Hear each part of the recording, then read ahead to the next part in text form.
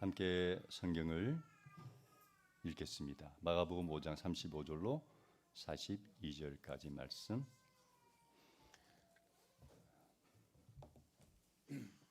35절로 42절까지 함께 읽겠습니다.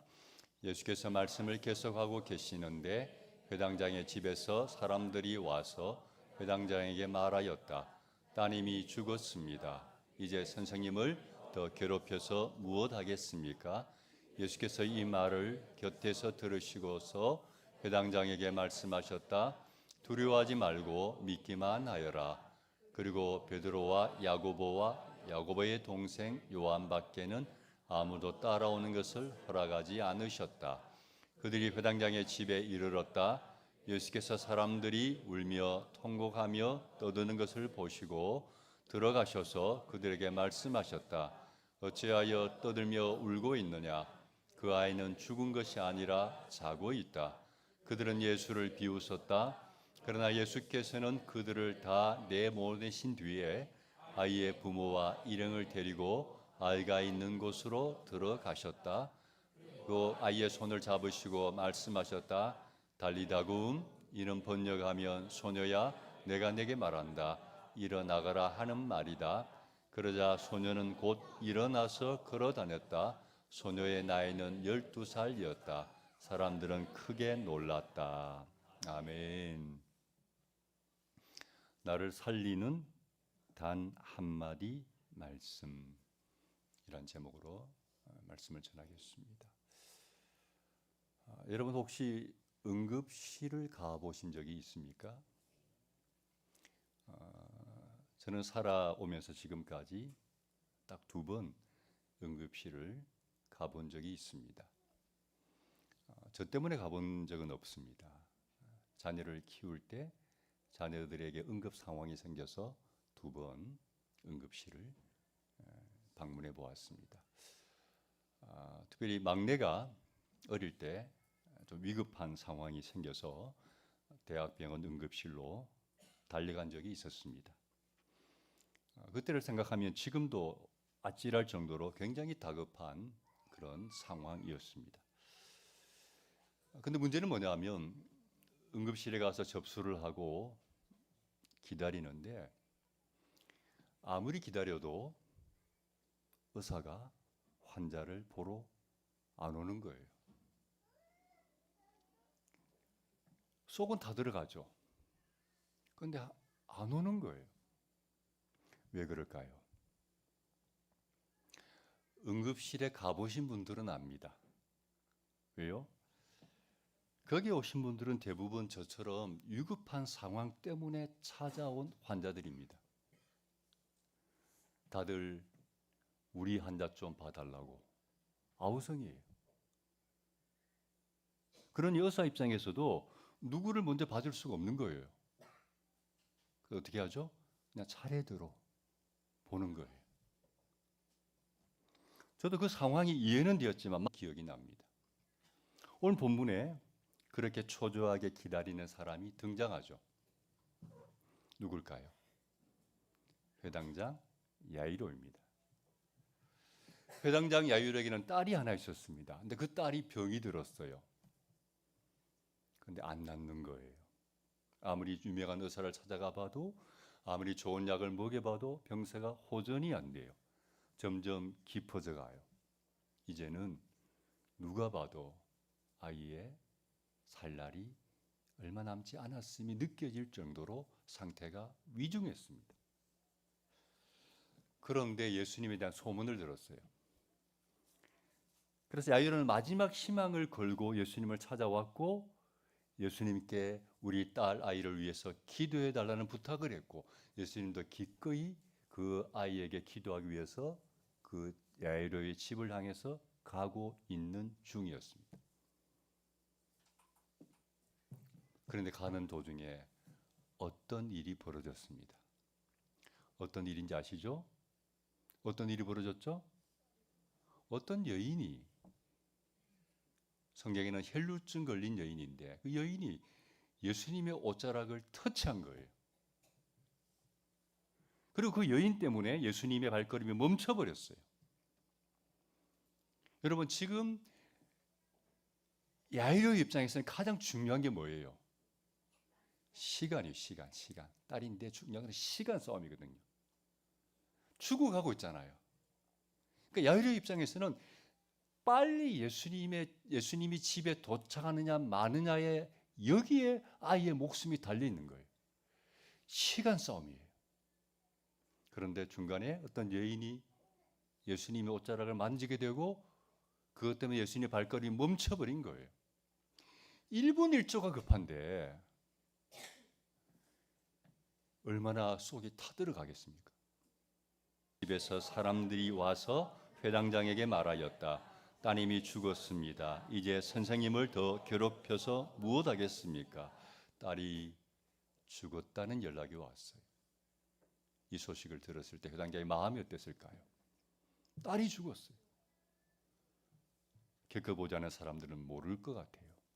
하늘이 무너지는 것 같은 고통이 밀려왔겠죠. 그때 그 순간 야이로에게는 누가 제일 원망스러웠을까요? 그 여인이죠. 예수님의 옷자락을 만진 그 여자. 그 여인이 끼어들지만 않았다면 예수님의 발걸음이 멈추지 않았을 것이고 그러면 자기 딸이 살 수도 있었는데 그 여인 때문에 모든 게 틀어져 버린 거예요. 그러니 그 여인이 얼마나 원망스럽겠습니까?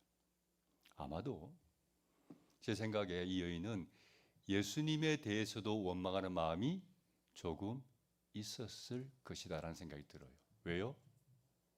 분명히 자기가 찾아와서 주님 급합니다. 딸이 죽어가고 있습니다라고 말씀드렸어요. 그러면 가시다가 어떤 여인이 당신의 옷자락을 만졌을 때 예수님은 어떻게 하셔야 합니까? 그냥 가셔야죠. 누가 만졌네 하고 가셔야죠. 딸이 죽어가고 있는데. 그런데 굳이 발걸음을 멈추셔가지고 누가 내 옷자락에 손대었냐 물으시고 찾으시고 그리고 또 그 여인과 한참 대화를 나누셨어요. 한참. 굳이 그럴 필요가 있었을까요? 야이로 입장에서는. 그러다 딸이 죽고 만 거예요. 그러니 예수님에 대해서도 원망하는 마음이 없지는 않았을 것이다. 그런 생각이 들어요. 그런데 그때 예수님이 뜻밖의 말씀을 하세요. 36절 봅시다. 같이 읽습니다. 예수께서 이 말을 곁에서 들으시고서 회당장에게 말씀하셨다. 두려워하지 말고 믿기만 하여라. 회당장에게 주님이 두려워하지 말고 믿기만 하라는 말씀을 하셨어요. 좋은 말씀이죠. 근데 여러분이 만약 회당장이라면 주님의 이 말씀이 귀에 들어왔을까요? 저는 안 들어왔을 거라고 생각해요. 왜요? 딸이 죽었어요.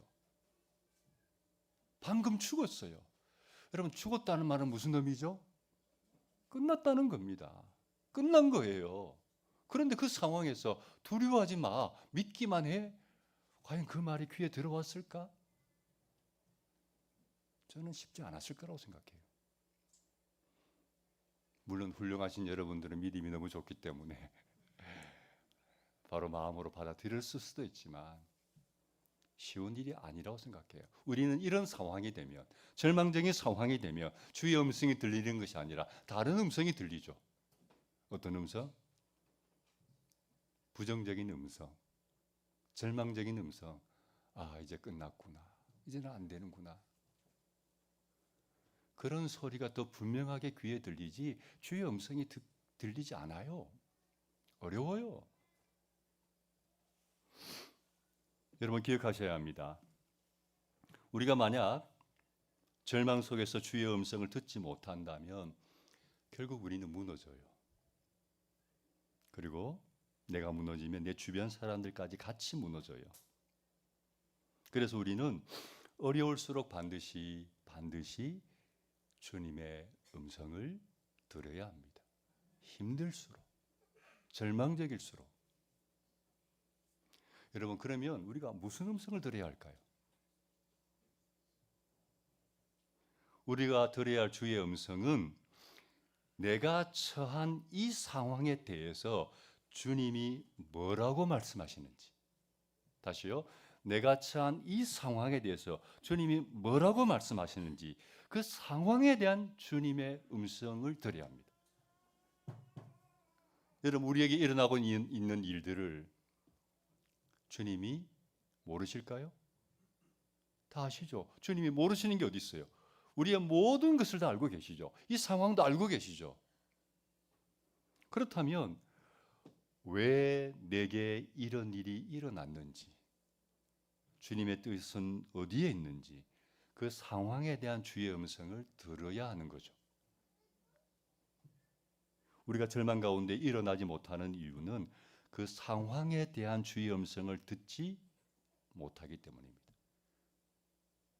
그 상황에 대한 주님의 음성, 그걸 듣지 못하기 때문에 일어나지 못하는 거예요. 들어야 할 그 음성을 듣지 못하고 대신 우리는 다른 음성 듣죠. 어떤 음성? 이제 끝났다는 음성, 이제는 안 된다는 음성, 소망이 없다는 음성. 우린 도리어 그런 음성에 솔깃해서 정말 들어야 할 음성을 듣지 못하기 때문에 우리가 절망하는 거예요. 아무리 힘들어도 하나님의 음성을 들으면 그리스도인은 살아납니다. 듣는 자는 살아나느니라. 죽느냐 사느냐의 문제는 다른 것에 달려있지 않고 주의 음성을 듣느냐 마느냐 여기에 걸려 있어요. 그래서 힘들수록 절망적일수록 우리는 반드시 주의 음성을 들어야 하죠. 그렇다면 여러분, 어떻게 이런 상황에서 주의 음성을 들을 수 있을까요? 어떻게? 물론 어려운 일이에요. 쉽지 않아요. 그러기에 우리는 어떻게 해야 합니까? 듣기 위해서 노력해야 되겠죠. 듣기 위해서 집중해야 되겠죠.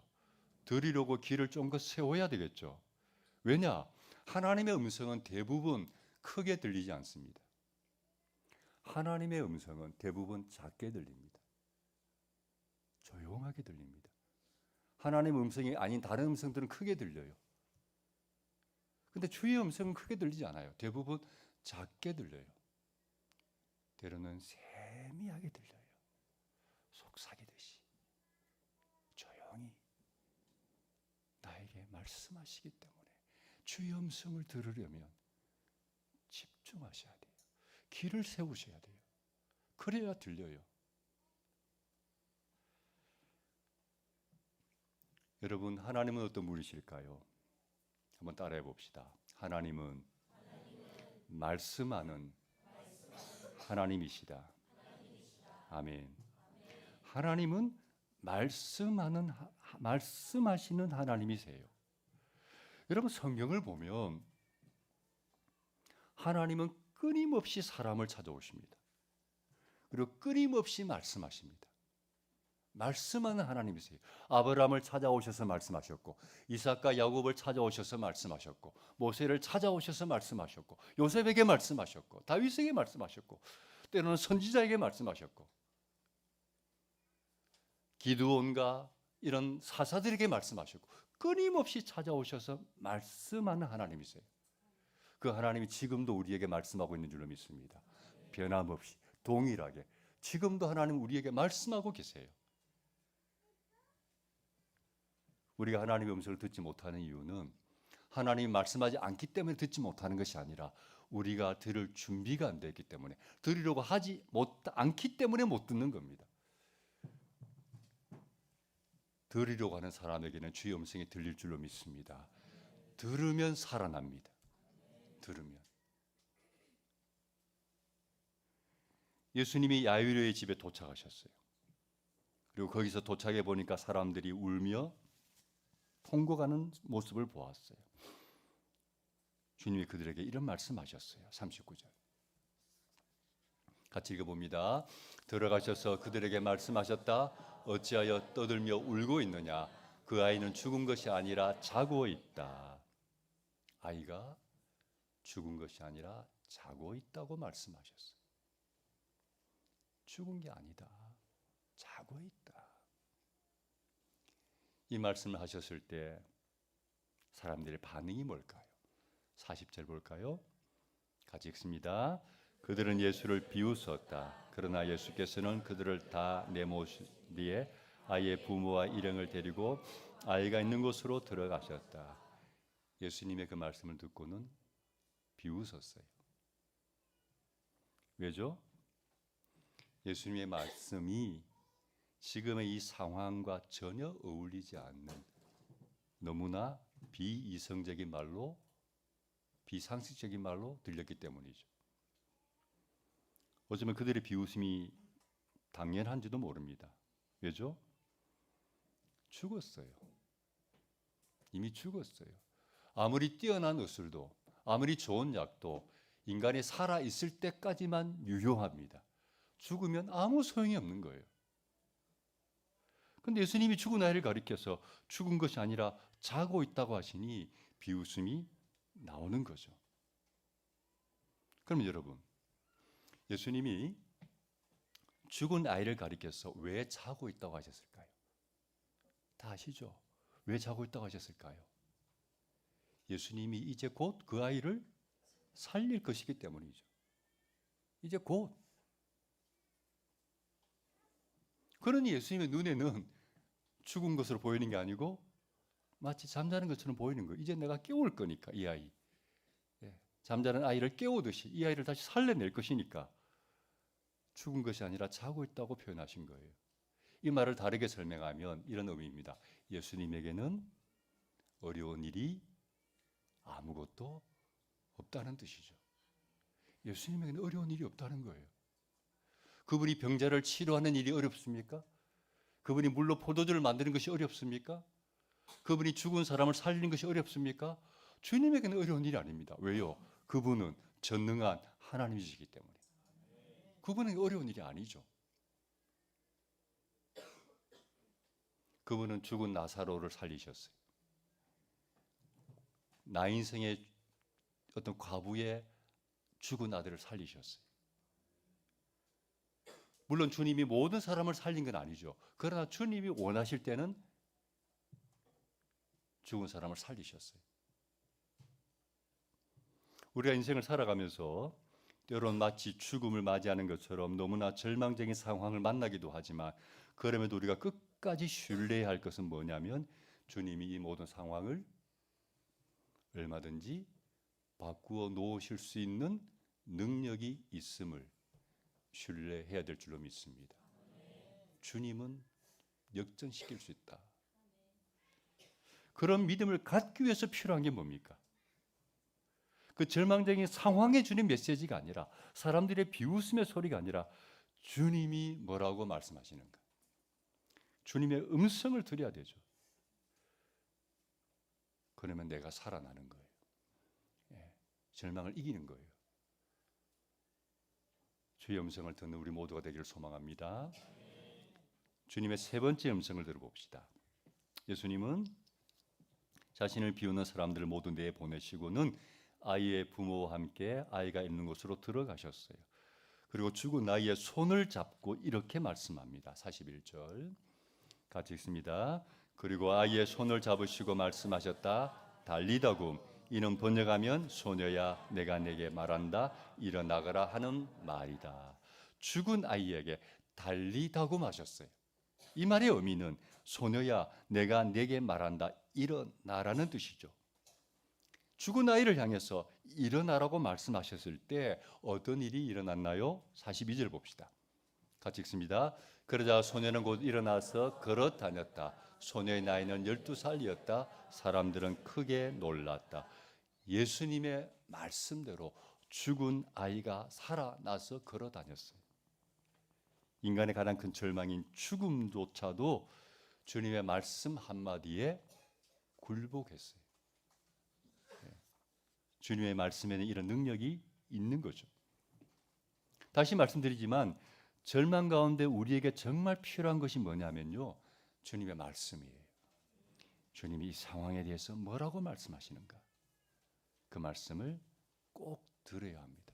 그러면 그 절망을 이기고 내가 살아날 줄로 믿습니다. 여러분, 삶이 힘들면, 어려움이 있으면 주의 음성을 반드시 들어야 합니다. 꼭.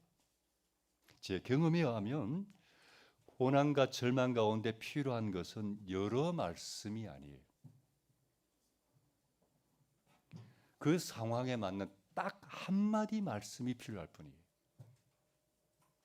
그런데 그 단 한마디 말씀이 어떤 고난도 이겨내는 막강한 능력이 있어요. 시편 107편 19절 20절 봅시다. 함께 읽습니다. 그때 그들이 고난 가운데서 주님께 부르짖으니 주님께서 그들을 곤경에서 구원해 주셨다. 단 한마디 말씀으로 그들을 고쳐주셨고 그들을 멸망의 구렁에서 끌어내어 주셨다. 고난 가운데 부르짖을 때 주님께서 곤경에서 구원해 주시는데 어떻게 구원해 주시나요? 단 한마디 말씀으로 고쳐주셨고 멸망의 구렁에서 끌어내어 주셨어요. 많은 말씀이 필요한 게 아니에요. 단 한마디 말씀이면 충분해요. 중요한 것은 그 단 한마디 말씀을 내가 들을 수 있냐는 거예요. 들으면 살아납니다. 왜요? 그게 말씀의 능력이기 때문에. 우리에게 필요한 것은 단 한마디 말씀. 내 그 상황에 대해서 주시는 단 한마디 말씀. 그 말씀이 우리에게 필요해요. 그리스도인에게도 고난이 있어요. 아픔이 있고 절망이 있어요. 그러나 그리스도인은 그 고난과 절망을 말씀으로 이겨내는 사람들이죠. 그래서 그리스도인들은 인생을 돌아볼 때, 여러분이 어느 순간 자신의 인생을 과거를 돌아볼 때 여러분의 삶 가운데 무엇이 보여야 하고 무엇이 남아야 합니까? 저는 우리가 우리의 삶을 뒤돌아보고 반추해 볼 때 내 눈에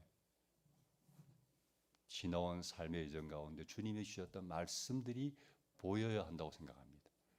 그 말씀들이 내 삶에 남아 있어야 된다고 생각합니다. 고난 때문에 받은 상처가 남아 있는 것이 아니라 그 고난 가운데 나에게 말씀을 주심으로 그 말씀을 이겨내게 하신 그 주님의 말씀이 남아 있어야 돼요. 아, 그래.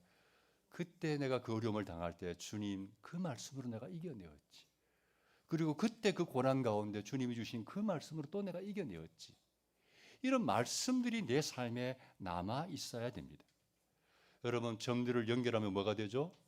선이 되죠. 그와 같이 내 인생을 돌아볼 때 고비고비마다 나를 이끌어내셨던 그 말씀들이 기억나면 그 말씀들을 쭉 연결해 보면 선이 되듯이 내 삶을 반추해 볼 때 아, 주님이 나를, 내 인생을 이렇게 인도해 오셨구나. 그 주님의 흔적이 보여야 하는 거죠. 그게 그리스도인의 삶이죠. 그리고 그 말씀들이 나의 간증이죠. 그리고 그 말씀들이 주님이 나를 얼마나 사랑하시는지 나에게 주신 징표들이죠. 주님이 나를 이렇게 승리하게 하셨군요. 나를 이기게 하셨군요. 그리고 그렇게 인도하신 주님을 내가 신뢰하기에 앞으로 어떤 고난이 닥쳐온다 할지라도 역시 나는 주의 말씀으로 이겨낼 수 있다는 믿음이 생기는 거죠. 우리는 그런 사람들이 되어야 될 줄로 믿습니다. 고난 가운데 주의 말씀을 구하시기 바랍니다. 그 상황에 맞는 단 한마디 말씀, 단 한마디 말씀이 필요합니다. 그것만으로도 충분히 이겨낼 줄로 믿습니다.